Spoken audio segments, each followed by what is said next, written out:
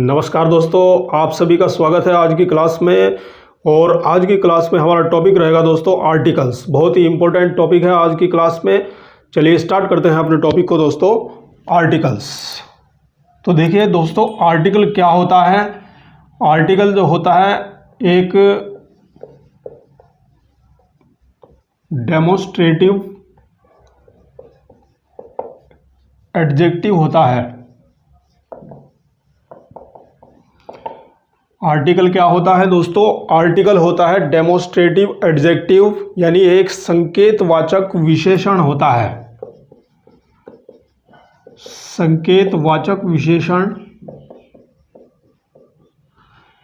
Article होता है।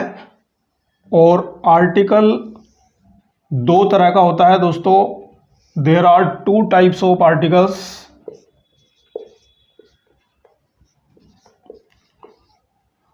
There are two types of articles. First one is indefinite article and second one is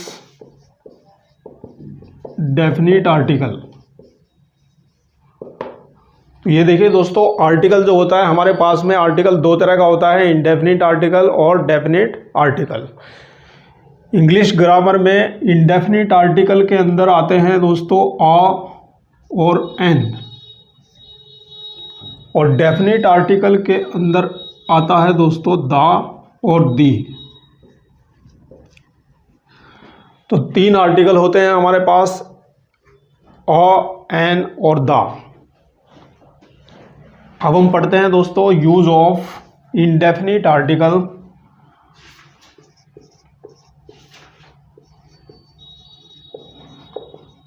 use of indefinite article a. सबसे पहले हम इसको पढ़ते हैं, use of indefinite article a. तो इंडेफिनिट आर्टिकल आ को पढ़ते हैं दोस्तों। इंडेफिनिट आर्टिकल यानी नाम से ही पता चलता है, इंडेफिनिट का मतलब होता है अनिश्चित।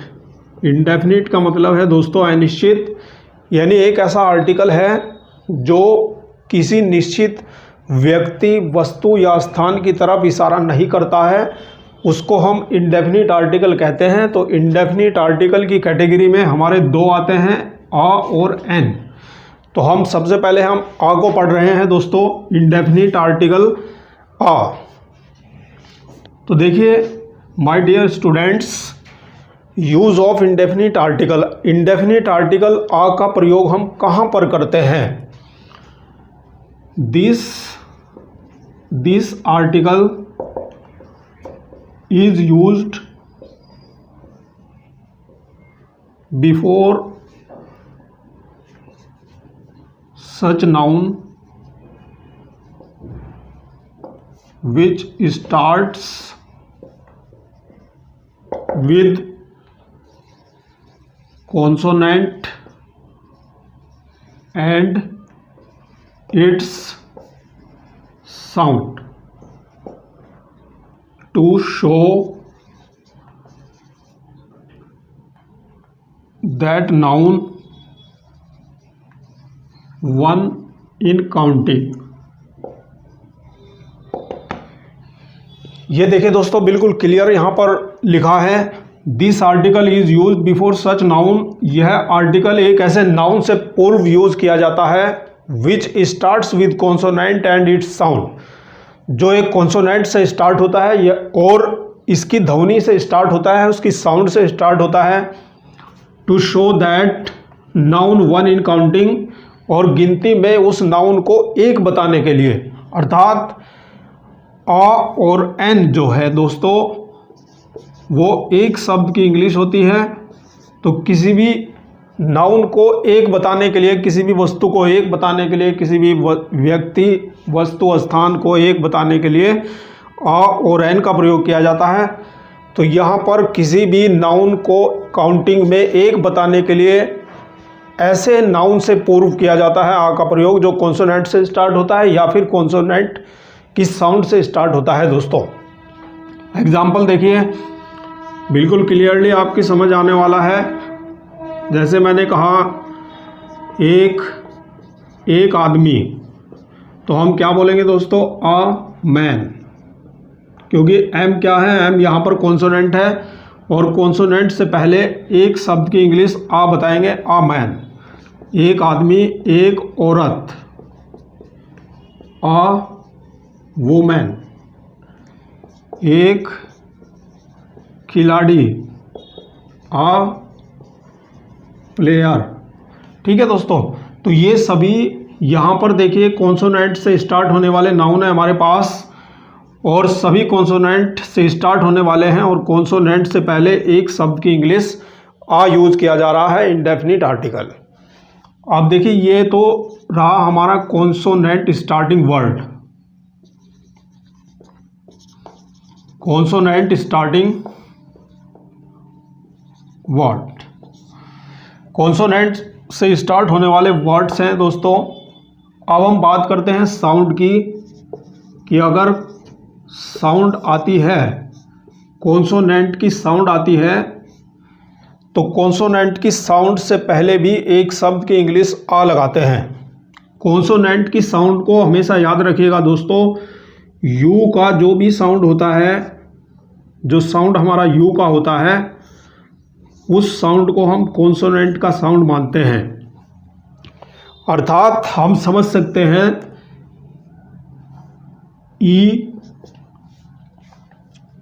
ई से आरंभ होने वाले, यू से आरंभ होने वाले ऐसे नाउन जिनकी साउंड यू से बोली जाती है। एग्जाम्पल देखिए दोस्तों, जैसे ई का एग्जाम्पल हम लेते हैं, जैसे हमने कहा एक यूरोपियन महिला, एक यूरोपियन महिला, a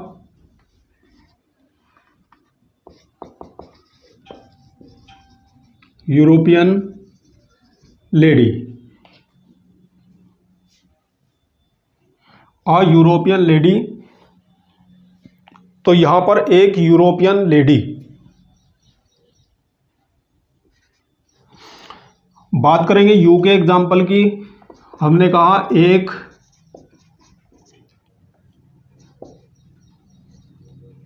university, a university, a university. तो यहाँ पर देखिए, यहाँ पर भी साउंड यू का आ रहा है दोस्तों, यू बोला जा रहा है। यूरोपियन, यहाँ पर भी यू बोला जा रहा है। ठीक है दोस्तों, तो इस तरह से ये वोवेल है, लेकिन साउंड यहाँ पर जो है वो हमारा साउंड कॉन्सोनेंट का है। तो कॉन्सोनेंट के साउंड से पहले या कॉन्सोनेंट स्टार्टिंग वर्ड से पहले एक शब्द के लिए इंग्लिश हम लगाते हैं, आ लगाते हैं दोस्तों। तो इस तरह से हमने देखा यूज ऑफ इंडेफिनिट आर्टिकल आ। अब हम देखते हैं use of indefinite article N. आइए फ्रेंड्स देखते हैं use of indefinite article, use of indefinite article N अब हमको पढ़ना है। आ का यूज हम पढ़ चुके हैं, कॉन्सोनेंट और कॉन्सोनेंट की साउंड से पहले एक शब्द की इंग्लिश हम आ लगाते हैं। अब हम पढ़ते हैं use of indefinite article an. ठीक है दोस्तों, तो this article is use before such noun which starts with vowel. Consonant की जगह वोवेल हो जाएगा दोस्तों, and its sound to show that noun one in counting.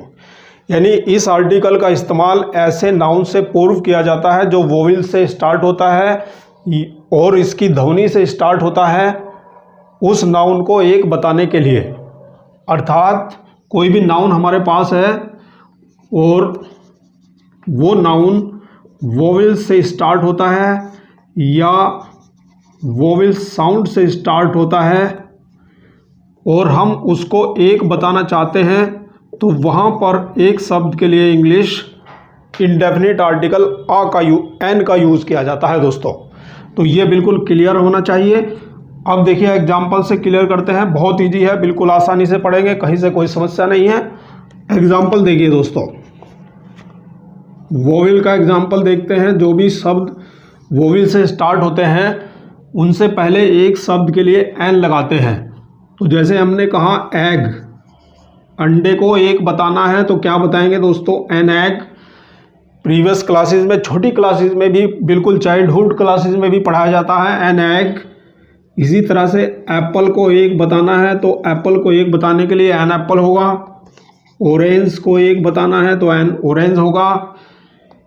Ink pot को एक बताना है दोस्तों तो एन इंक पॉट होगा।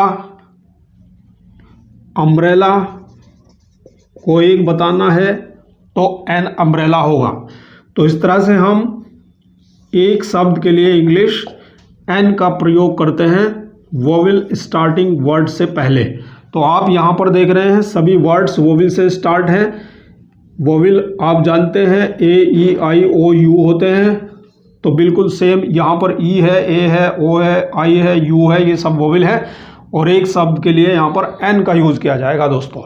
तो बिल्कुल क्लियर एग्जाम्पल आपके सामने है, कहीं से कोई समस्या नहीं है, बिल्कुल आसानी से देखिएगा। अब देखते हैं हम साउंड का जो बहुत ही इंपॉर्टेंट होता है, वोविल साउंड।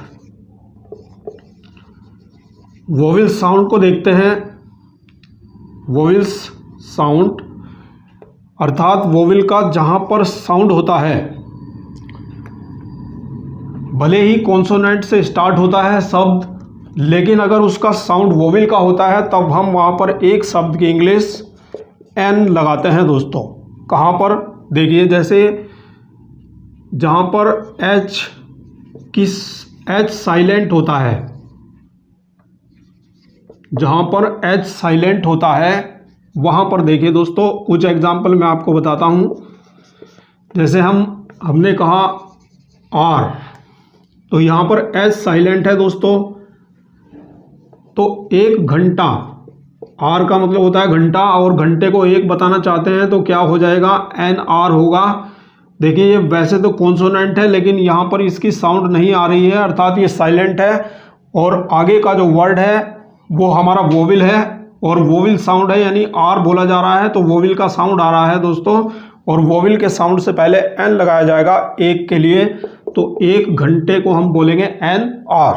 इसी तरह से देखिए दोस्तों, अगर हमें ऑनेस्ट मैन, ईमानदार आदमी, ईमानदार आदमी, यानी ईमानदार आदमी को एक बताना है तो क्या हो जाएगा, an hour an honest man. इसी तरह से अगर आप होटल को एक बताते हैं तब भी एन आएगा। इसी तरह से आप यदि हिस्टोरिकल बिल्डिंग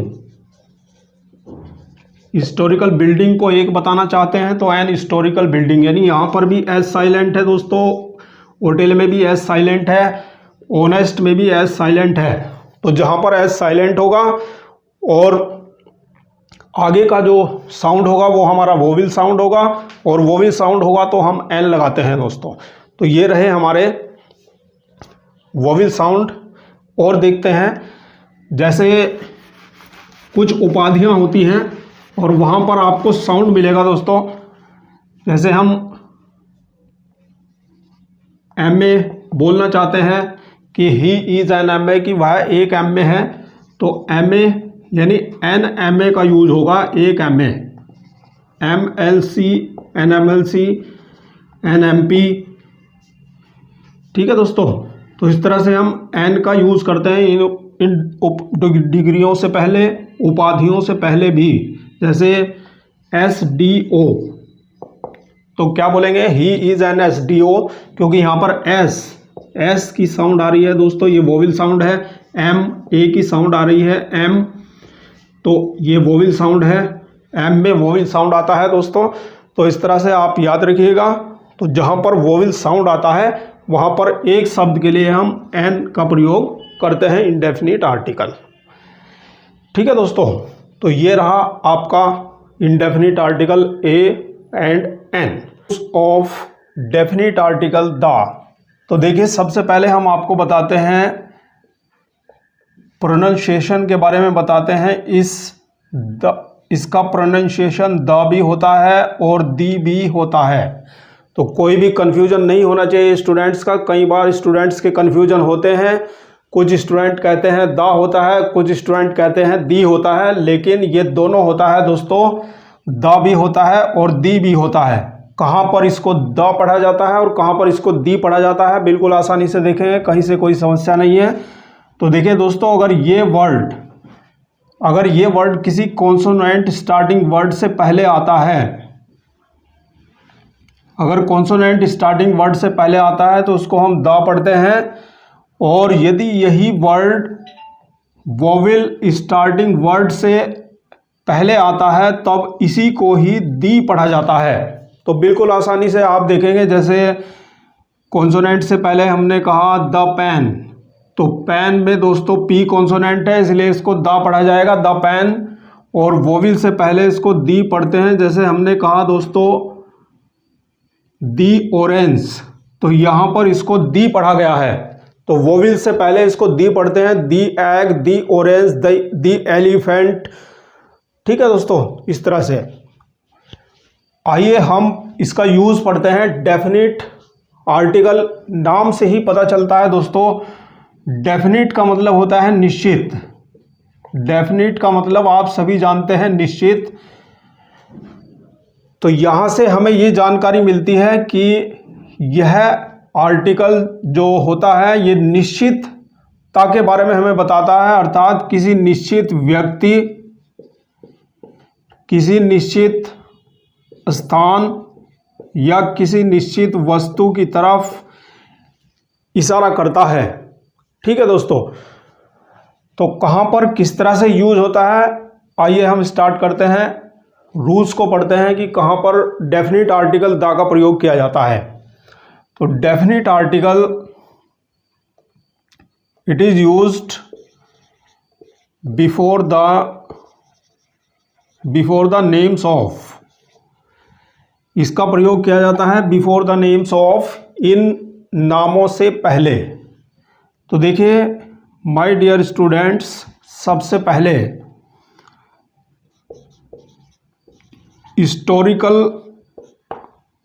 हिस्टोरिकल इवेंट, कोई भी ऐतिहासिक घटना अगर होती है तो ऐतिहासिक घटना से पहले हम द का यूज करते हैं।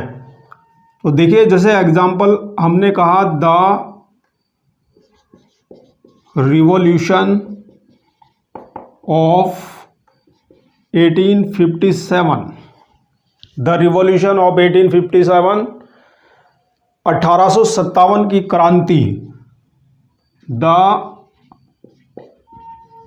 जलियांवाला बाग कांड। कोई भी हिस्टोरिकल इवेंट होती है दोस्तों, तो हिस्टोरिकल इवेंट से पहले द का प्रयोग जरूरी होता है, तो यहां पर द का प्रयोग किया जाएगा। दूसरा होता है दोस्तों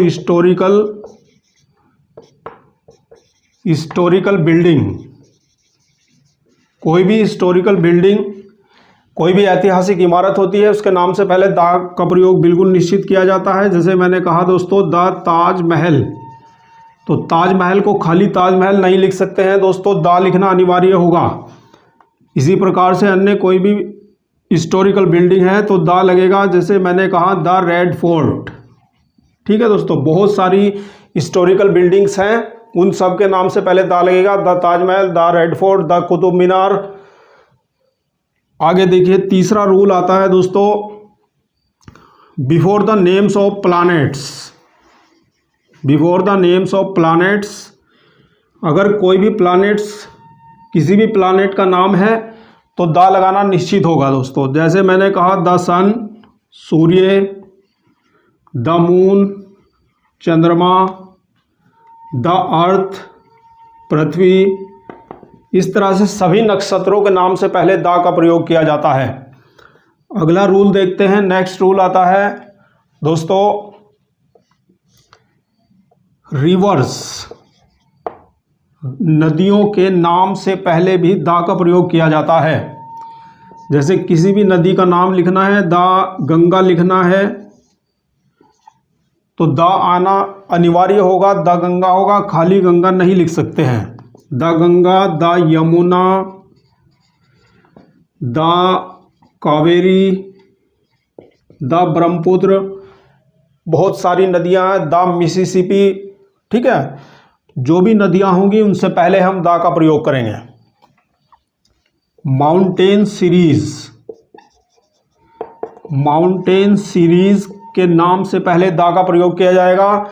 अगर अकेला माउंटेन है, केवल एक पर्वत का नाम है, तो उससे पहले द नहीं लगता है। यदि माउंटेन सीरीज होती है तो द लगता है। जैसे हमने कहा दोस्तों, द हिमालयाज, हिमालय एक पर्वत श्रेणी है, तो इसलिए हिमालय से पहले द आएगा, द हिमालयाज। इसी तरह से हमने पर्वतमाला कहा, द रॉकी, रॉकी पर्वतमाला, द रॉकी, द एटलस, ठीक है दोस्तों। तो इस तरह से कोई भी पर्वत श्रेणी होती है उसके नाम से पहले द का प्रयोग किया जाता है। ओशियंस, महासागरों के नाम से पहले भी द का प्रयोग किया जाता है। जैसे मैंने कहा दोस्तों, the Indian ocean, the Pacific ocean, ठीक है दोस्तों, द पैसिफिक ओशियन। कोई भी महासागर का नाम होगा तो द लगाएंगे दोस्तों। इसी प्रकार से नेक्स्ट रूल आता है डेजर्ट। किसी भी डेजर्ट के नाम से पहले, किसी भी रेगिस्तान के नाम से पहले द का प्रयोग किया जाता है। जैसे हमने कहा दोस्तों, द थार डेजर्ट। इसी तरह से मैंने कहा द सहारा डेजर्ट। इसी तरह से द कालाहारी डेजर्ट। जितने भी दुनिया में डेजर्ट है, द लगाना जरूरी होता है दोस्तों। आगे देखते हैं, लेक। किसी भी झील के नाम से पहले द का प्रयोग किया जाता है। कोई भी झील होती है, जैसे मैंने कहा दोस्तों, द चिल्का लेक, चिल्का झील, द कोलेरो झील। बहुत सारी झीलें हैं, द डल झील, द कैस्पियन। कोई भी लेक होगा तो वहां पर हम द का प्रयोग करेंगे दोस्तों। Before the name of canal, नहर के नाम से पहले भी द का प्रयोग किया जाता है। जैसे दोस्तों मैंने कहा, द पनामा कैनाल, पनामा नहर। इसी तरह से द राजस्थान कैनाल, राजस्थान नहर। तो इस तरह से आइए कुछ और रूल देखते हैं। Before common nouns, before common noun. Common noun देखिए दोस्तों, कॉमन नाउन से पहले भी द का प्रयोग किया जाता है। जातिवाचक संज्ञा इसको बोलते हैं हिंदी में, जो पूरी एक जाति का बोध कराता है, उससे पहले हम द का प्रयोग करते हैं। जैसे हमने कहा दोस्तों, the dog, the boy, the girl. इस तरह से ये सब कॉमन नाउन है दोस्तों। कॉमन नाउन से पहले द का प्रयोग अनिवार्य होता है। इसी प्रकार से हमने कहा दोस्तों, किसी प्रॉपर नाउन से पहले, किसी भी प्रॉपर नाउन से पहले जिस प्रॉपर नाउन को कॉमन नाउन के रूप में यूज किया जाता है, उससे पहले भी द का प्रयोग किया जाता है। एग्जाम्पल देखिए, जैसे हमने कहा दोस्तों, Kalidas is the Shakespeare of India. तो यहां पर देखिएगा दोस्तों, यहां पर प्रॉपर नाउन है शेक्सपियर, और इस प्रॉपर नाउन से पहले द का प्रयोग किया गया है, क्योंकि इस प्रॉपर नाउन को हमने कॉमन नाउन के रूप में यूज किया है Kalidas is the Shakespeare of India, Kalidas India के शेक्सपियर हैं। तो यहाँ पर ऐसे में ऐसे ऐसे प्रॉपर नाउन से पहले जिसका यूज कॉमन नाउन के रूप में किया जाता है उससे पहले दा का प्रयोग किया जाता है। और देखिए दोस्तों, direction, before the name of direction, दिशा के नाम से पहले, जब दिशा से पहले प्रीपोजिशन का प्रयोग किया गया हो, जब दिशा के नाम से पहले प्रेपोजिशन आती है तब वहां पर दिशा के नाम से पहले हम दा का प्रयोग करते हैं। जैसे दोस्तों हमने कहा इन द ईस्ट, तो यहाँ पर देखिए ईस्ट दिशा का नाम है और उससे पहले दा का प्रयोग किया गया है तब जब ये प्रेपोजिशन का यूज़ किया गया है। अगर प्रेपोजिशन नहीं आता है तो प्रेपोजिशन अगर नहीं आएगा तब फिर हम दा का प्रयोग नहीं करते हैं। आपने इस तरह के सेंटेंस देखे होंगे दोस्तों, ईस्ट और west, India is the best. ठीक है दोस्तों, तो यहाँ पर देखिए ईस्ट ये भी दिशा का नाम है, वेस्ट यहाँ पर भी दिशा का नाम है, लेकिन यहाँ पर दा का प्रयोग नहीं किया गया है क्योंकि यहाँ पर प्रेपोजिशन नहीं आई है। तो जहाँ पर प्रेपोजिशन आती है डायरेक्शन के नाम से पहले वहाँ पर हम दा का प्रयोग करते हैं दोस्तों। आगे देखते हैं, सुपरलेटिव डिग्री से पहले, सुपरलेटिव डिग्री से पहले हम दा का प्रयोग करते हैं, बिल्कुल निश्चित यूज होता है। जैसे हम कहते हैं the greatest, the smallest, the hottest. ठीक है दोस्तों, तो ये हमारा सुपरलेटिव डिग्री होती है और सुपरलेटिव डिग्री से पहले हमें हमेशा ही दा का प्रयोग किया जाता है। इसी प्रकार से सुपरलेटिव डिग्री में द मोस्ट भी आता है, तो द मोस्ट ब्यूटीफुल। तो इस तरह से मोस्ट से पहले दा का प्रयोग निश्चित होगा, सुपरलेटिव डिग्री से पहले दा का प्रयोग बिल्कुल निश्चित रूप से किया जाता है दोस्तों। अनकाउंटेबल नाउन, अनकाउंटेबल नाउन्स यानी ऐसे नाउन से पहले जो अनकाउंटेबल होता है, जिसकी हम गिनती नहीं कर सकते हैं। जैसे मैंने कहा दोस्तों द राइस, द व्हीट, चावल, गेहूं इत्यादि। तो इस तरह से हम देखते हैं common noun, proper noun, direction, superlative degree, uncountable noun और तिथि यानी डेट से पहले भी इस्तेमाल किया जाता है दोस्तों। डेट से पहले भी हम लगाते हैं डेफिनेट आर्टिकल द। जैसे हमने कहा the 15th of August, India became free on the 15th of August, India 15 अगस्त को आज़ाद हुआ था। तो यहाँ पर इस तरह से ये देखिए दोस्तों डेट है और डेट से पहले दा का प्रयोग किया गया है। तो इस तरह से हम दा का निश्चित प्रयोग है। और देखते हैं दोस्तों, नेक्स्ट रूल आता है Holi book, before the name of Holi book. कोई भी धार्मिक पुस्तक होती है, रिलीजियस बुक या होली बुक एक ही बात होती है दोस्तों, तो दा का प्रयोग निश्चित होता है। जैसे हमने कहा द गीता, तो गीता एक रिलीजियस बुक है, धार्मिक पुस्तक है, इसलिए दा आएगा। The Ramayana, the Mahabharata, the Quran, the Bible, इस तरह से। कोई भी newspaper,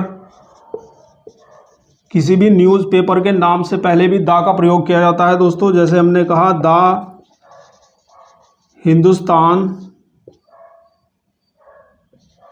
Hindustan times, the times of India, the Amar Ujala, the Punjab Kesari. कोई भी न्यूज़पेपर है तो न्यूज़पेपर के नाम से पहले द का प्रयोग किया जाता है।